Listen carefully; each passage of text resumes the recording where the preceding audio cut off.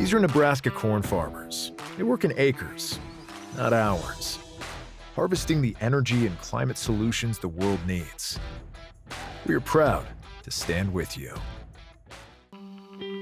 The success of tomorrow's soy industry depends on the actions we take today. The future is here, and the time to move is now. Market Journal, Television for Agricultural Business Decisions, is a presentation of the University of Nebraska-Lincoln's Institute of Agriculture and Natural Resources in partnership with the Nebraska Rural Radio Association. Promotional support provided by the Nebraska Farmer Magazine and partial funding provided by the Nebraska Soybean Board and the Nebraska Corn Board.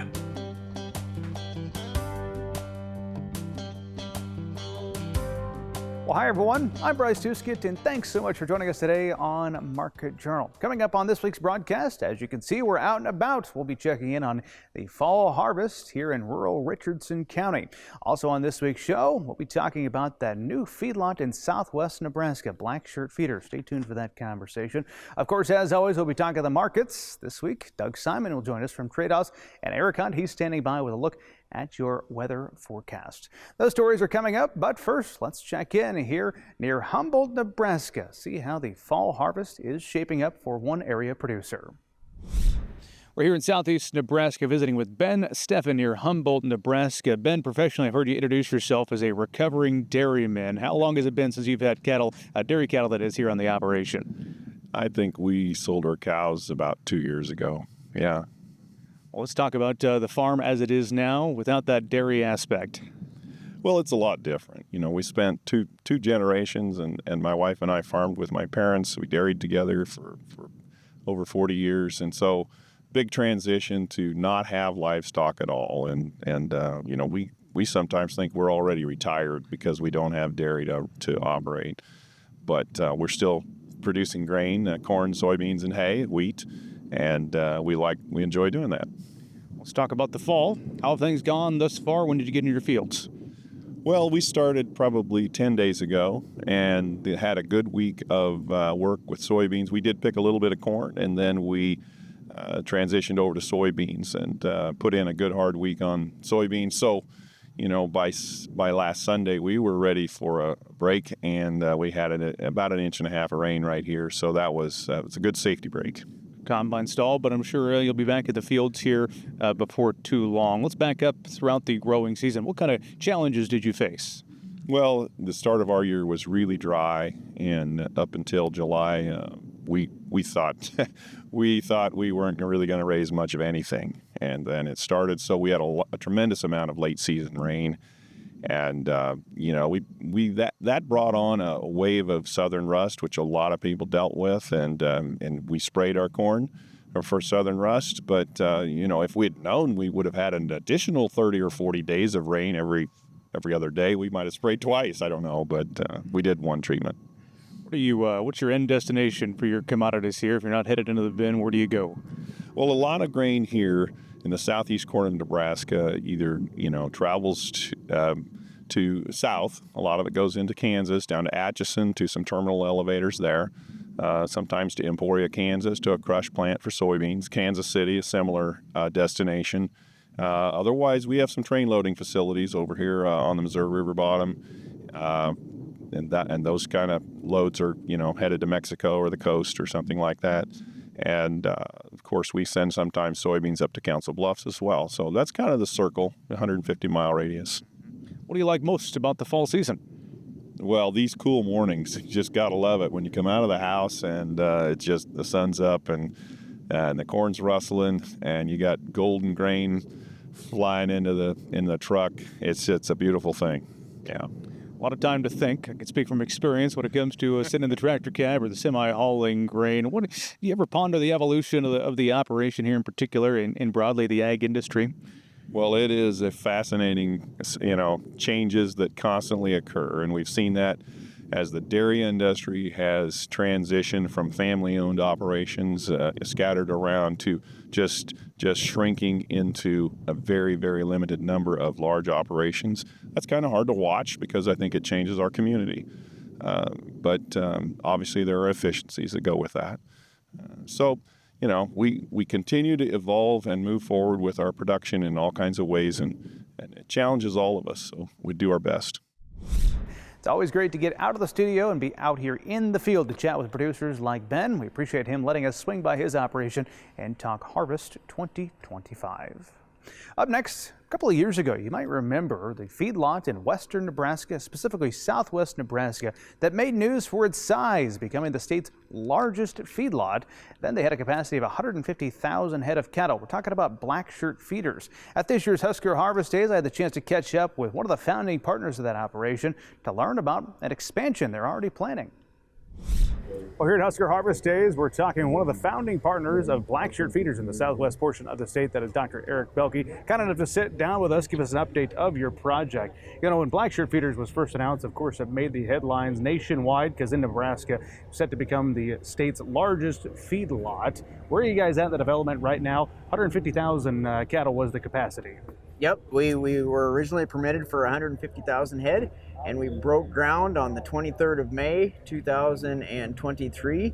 And as we speak, we have built capacity for 70,000 head. We have 65,000 head of cattle in the pens right now, and by the end of the year, we will be at 100,000 head capacity. Okay. So continuing to stack things up. The other reason that you guys made headlines is because of the innovation that you're able to have in the feedlot. Can you speak to that in particular? I might not get the name right here, but the rolled concrete was kind of new technology to the industry. Right? Yeah. So roller compacted concrete, we've actually been examining that for about 7 years and utilized the scientific method to determine that it does have a very positive effect on the performance and the well-being and how animals perform in the feedlot. So we are building this entire facility on roller compacted concrete. So far, so good. Everything working the way you thought it would? Bryce, we did a lot. We did several years of due diligence to make sure that this would work out, and we had some expectations. After we put our cattle in the feedlot last fall, the first few months, our expectations were exceeded, and they were exceeded to the extent that we're very excited to announce that we had been permitted for 150,000 head, and given that our expectations were exceeded, we actually went back to the county and we've been awarded a permit to build the feedlot to 200,000 head now. Another 50,000 head capacity. Yes. Let's talk about how BlackShirt feeders is changing the end user experience for commodity growers in that region of the state. Of course, cattle eat a lot of corn. How have you seen farmers around your area now become suppliers for what your cattle are needing to eat? Yeah, no, that's a great question, and it's a lot of the reason that we showed up here at Husker Harvest Days. We're very excited because we will be one of the larger users of corn in the state of Nebraska. Once we build a capacity, our estimates are we'll buy about 20 million bushel of corn every year. Historically, Dundee County and southwest Nebraska has been a net exporter of corn, and we will now utilize all of that corn that's produced locally and probably actually become an importer of corn from regions, like this Grand Island area and across the states of Nebraska, Kansas, and Colorado. So very, very exciting to provide that opportunity to local farmers. 20 million bushels? Did I hear you right? 20 million bushels a year. Wow. Yep, and that's the corn grain. And in addition to that, actually just this week we're starting corn silage. So we'll buy several acres of corn silage from the local area as well. Let's talk about the timing of BlackShirt feeders. We've talked a lot here on this program about the cattle cycle right now. Historic profits being made in the cattle industry because of the price we're seeing.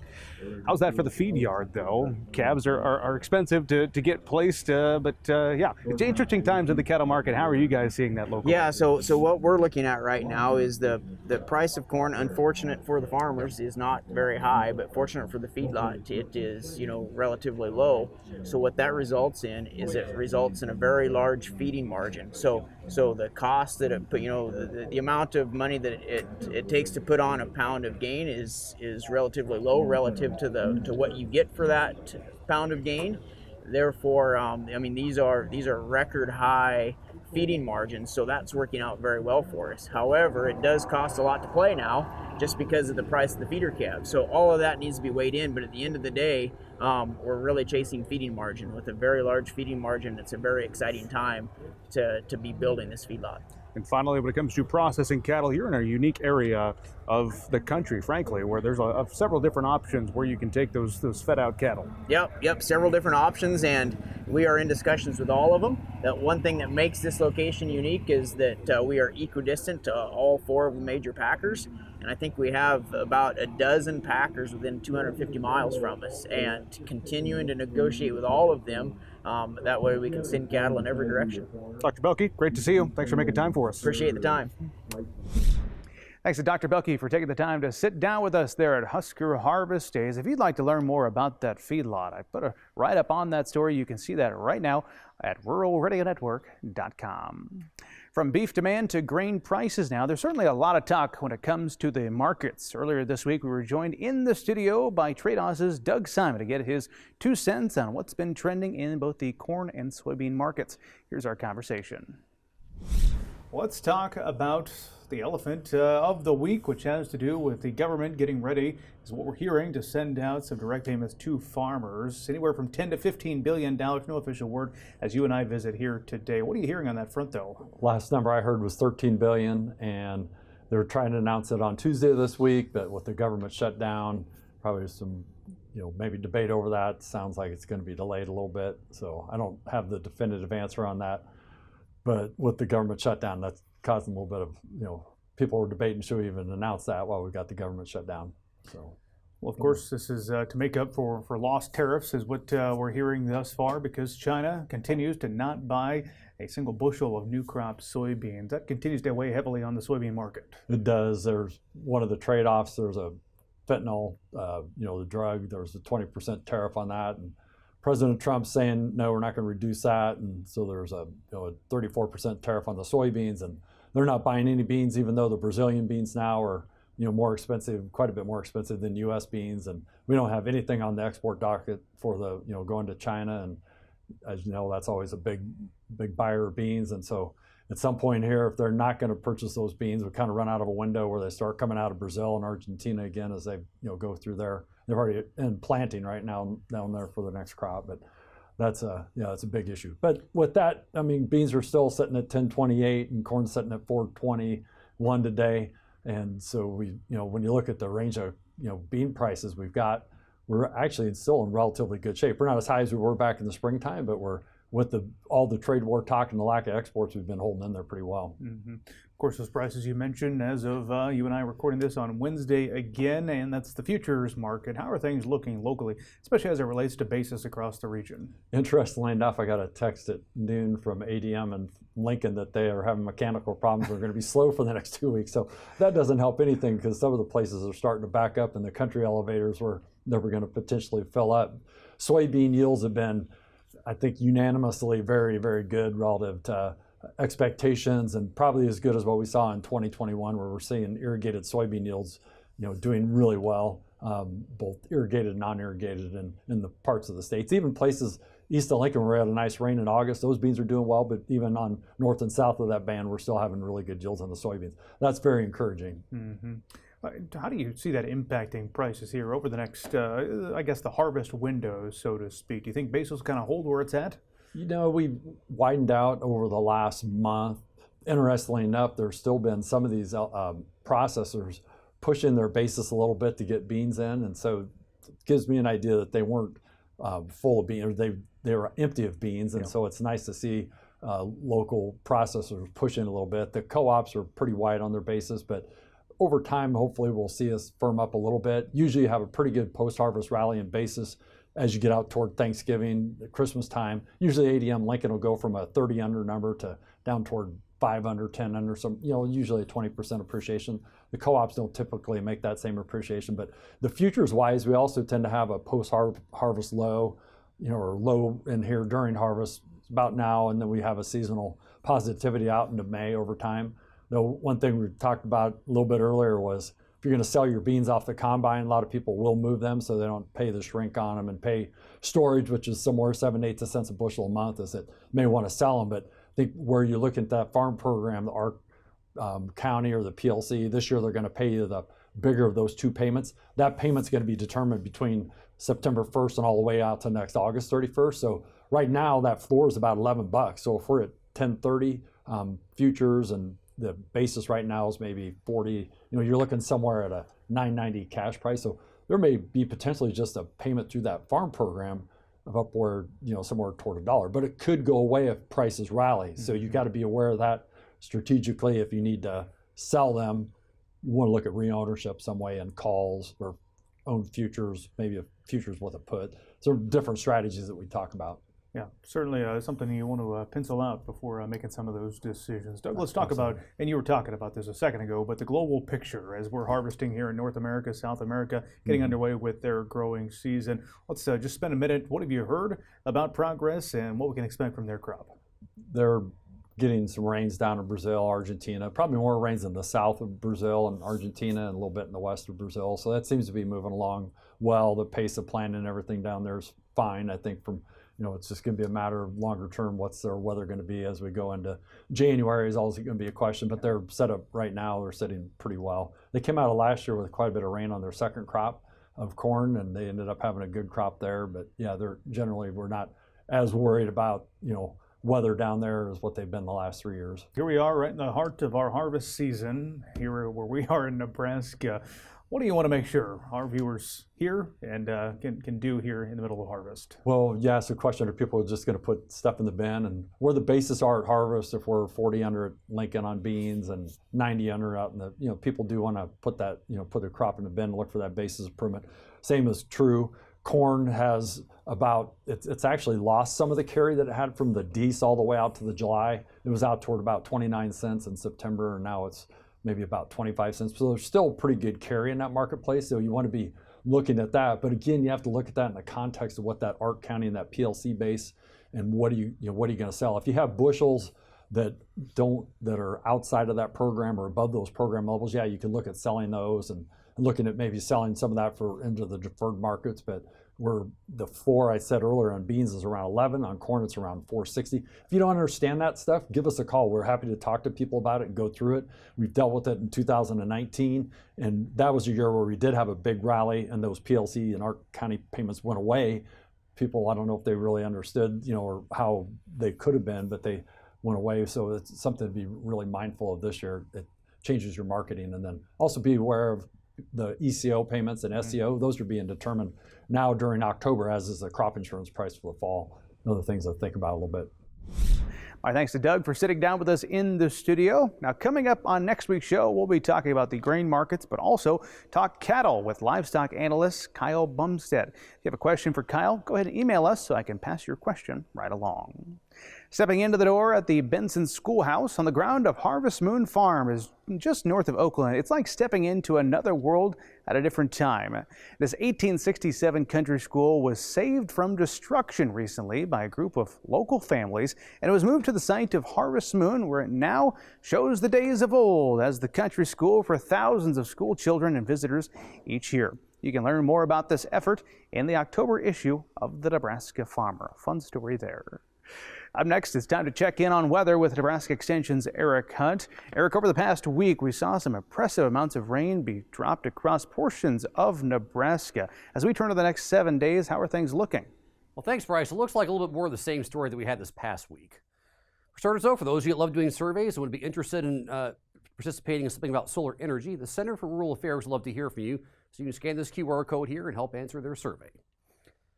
Weather-wise, to start the week, Sunday, we're going to look at warm temperatures across most of the state. We'll see a little bit cooler temperatures across portions of western Nebraska. Will be on the other side of a front. We are looking at relatively breezy conditions, though, across the entire state, mostly from the west across western Nebraska, southerly winds across the central and eastern portions of the state. I do think we're going to have a little bit of a chance of having some elevated fire danger across portions of west central, maybe even portions of northern Nebraska where we haven't had as much precipitation of late. By coming in Tuesday, this trough is going to be a very prominent feature out here in the western portion of the country. It will be kind of more or less sitting here for most of the week, but we will see some short waves come into the plains region as we head to the early portion of the week. So I think we're going to have a couple of periods of showers and thunderstorms, at least chances for showers and thunderstorms across the state in the upcoming week. I think the first round likely will come in mostly affecting southern and eastern sections of the state later Tuesday into Wednesday. then perhaps a better chance of showers and thunderstorms across the northern portion of the state as we head into Thursday, maybe into early Friday. And again, for some places in northeastern Nebraska, rainfall would be relatively welcome. We've been pretty dry up in that area for the last 30 to 45 days. WPC does not really show much for precipitation across the state or across this broader region. It's possible this is accurate. It's also possible this is quite underdone. Now, I don't think we're looking at tremendous amounts of precipitation, but I do think there's going to be a chance of tapping into some of the specific moisture. So right now, I think there's a possibility for at least a good portion of the state to at least get a quarter. Some places may pick up a half inch, an inch more of rain. So again, this may verify, but again, this also could be pretty wrong. The WPC's precipitation outlook has not been particularly good here the last several months. Temperatures this week, now again, I think it'll be a little bit cooler Tuesday if we have some clouds and showers across the state. So that may be one day this week where our high temperatures are at or a little bit below seasonal normals. For most of the week, though, we're going to be at or above seasonal norms, particularly across the southern and eastern portion of the state, and probably going to be finishing out the week relatively warm as well. Looks like probably should be in the 70s to finish out the week. CPC shows warm being favored here across the entire central portion of the country in the 8 to 14-day outlook. And I feel pretty confident in the first half that's going to be pretty warm, but there's a chance we may get a pretty strong cold front moving in here about 19th to 20th of October. If that happens, it certainly would open up some chances for showers and thunderstorms across the entire region. It also may bring our first blast of truly cool air in this portion of the country for this time of year. Not talking record cold temperatures, but certainly maybe sweatshirt weather, and we actually may see widespread sub-freezing temperatures across a good portion of the state should this actually come to fruition. CPC shows above average being favored for most periods. So again, I do think there's going to be a reasonably good chance we pick up some additional showers and thunderstorms across the entire state and region as we head to about the 19th, 20th of October. Recent precipitation has been pretty good here for most of the state, the exception being here across portions of northeastern Nebraska, across portions of the Panhandle, where we have been a little bit deficient. But for the most part, though, this has been the best we've been in the fall in a long time across Nebraska. Drought monitoring did see some drought expansion, abnormal dryness introduced here into portions of northeastern Nebraska the last couple of weeks. And we've seen a widespread expansion of drought across a good portion of the eastern half of the country. Swell temperatures across the state mostly in the 50s and 60s. And this is the weekly temperature and precip roundup for the week ending October 4th, 2025. Back to you, Bryce. All right, thanks for that update, Eric. A lot of harvest progress certainly going to be made over the next few days. Finally, on this week's show, we're looking back again to our time at Husker Harvest Days. There, producer Mike Straub got some great tips on managing nitrogen and winterizing irrigation systems. It's been a pretty nice wet year this year, and equipment hasn't ran quite as much, but still right now as we wrap up and get ready for winter, we need to make sure we've got everything drained out. Also, a really important thing to do is to make a list of things that need repaired. January, we can run the combine or the tractor and see what might be wrong with it, but center pivots we can't really start up when it's below freezing. And so this time of year, make a list of things that need to be repaired, things that you want to take care of. Off-season maintenance programs from every piece of farm equipment's always a better price, and so you want to make sure you kind of get those things taken care of. Fall's the time to close any center pivot tracks that we need to, so the soil can consolidate over the winter and be ready for next spring. Well, one of the things that we always want to remind people about is that sprinkler packages do wear out on your center pivot. Kind of the industry standards about every 10 years or 10,000 hours, which typically in Nebraska 10 years comes first. But you want to think about those sprinkler packages out there that usually the pressure regulators go bad before the sprinklers do. And with the quality, most of Nebraska we've got good quality groundwater, and so it's just a good idea to think about replacing those over the winter. Right now is not an overly profitable time in agriculture, of course, but it's still good to think about that. And take a look at some of those kinds of things, because they're certainly, they do wear out, and when the uniformity goes bad on the center pivot, you end up pumping more water to get the same amount of irrigation done, and you're overwatering some areas, depercolating your nitrogen away and different things. So that's certainly one of the things to think about. The nitrogen is a very important and the most limiting nutrient for the crop growth, especially for the corn in Nebraska. And at this time, the farmers are looking how much nitrogen do they need to apply, and there are so many tools available that can help the farmers to determine the right nitrogen rate. At this booth, we are demonstrating one new technology, that is a crop canopy sensor. That is a reactive approach of determining the nitrogen rate during the growing season. So the farmers using that tool can identify the stressed nitrogen, the nitrogen that needs more nitrogen during the growing season. So this is one of the most advanced technology that we are demonstrating here for the farmers to use for their crop during the growing season. Early, in time, people used to apply all the nitrogen before the growing season.